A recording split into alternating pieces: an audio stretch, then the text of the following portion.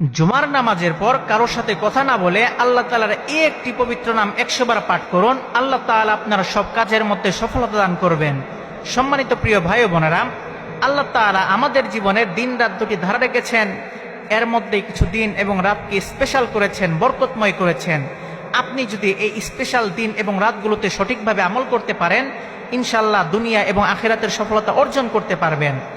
এর স্পেশাল দিন এবং রাতগুলোর মধ্যে অন্যতম একটি দিন হচ্ছে জুমার দিন। জুমার দিন হলো সপ্তাহের শ্রেষ্ঠ দিন।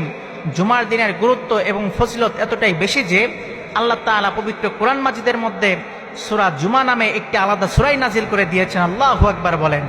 আল্লাহ তাআলা পবিত্র কোরআন মাজিদের মধ্যে বলেন, ইয়া আইয়ুহাল্লাযীনা আমানু ইযা নুদিয়া লিস-সালাতি মিন ইয়াউমিল জুমআতি ফাসআউ ইলা যিকরিল্লাহি ওয়া দারুল বাই'। হে ঈমানদারগণ, যখন জুমার নামাজের জন্য আহ্বান করা হয় তখন তোমরা বেচাকেনা বন্ধ করে দাও, তখন তোমরা আল্লাহর স্মরণের দিকে ধাবিত হও। এই আয়াত থেকেই বোঝা যায় জুমার দিনের ফজিলত কতটা অপরিসীম। জুমার দিনের 5টি বৈশিষ্ট্য রয়েছে। এই দিনে হযরত আদম আলাইহিস সালাতু ওয়াস সালামকে সৃষ্টি করা হয়েছে।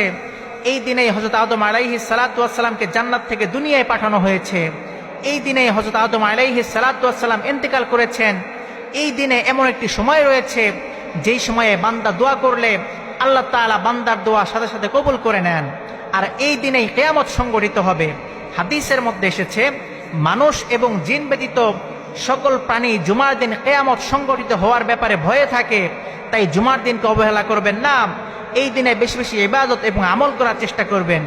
বিশেষ করে আপনি যদি জুমার নামাজের পর কারো সঙ্গে কথা না বলে এই একটি আমল করতে পারেন, আল্লাহ তাআলা আপনাকে এত কিছু দান করবেন যা আপনি কল্পনাও করতে পারবেন না। আমলটি কিভাবে করবেন? জুমার নামাজের পর কারো সঙ্গে কথা না বলে জায় নামাজের মধ্যে বসে 3 বার ইস্তেগফার পাঠ করবেন, 3 বার দরুদ শরীফ পাঠ করবেন। এরপর আল্লাহ তাআলার একটি পবিত্র নাম 100 বার পাঠ করবেন। সেই নামটি হচ্ছে ইয়া গফফারু ইয়া গফফারু। আপনি যদি আল্লাহ তাআলার একটি পবিত্র নাম 100 বার পাঠ করতে পারেন, ইনশাআল্লাহ আল্লাহ তাআলা আপনার সব কাজের মধ্যে সফলতা দান করবেন। আল্লাহ তাআলা আপনাকে বিপদ আপদ বালা মুসিবত থেকে হেফাজত করবেন। আল্লাহ তাআলা আপনার সকল গুনাহ মাফ করে দিবেন, এমনকি ক্ষমাপ্রাপ্ত বান্দাদের অন্তর্ভুক্ত করে দিবেন।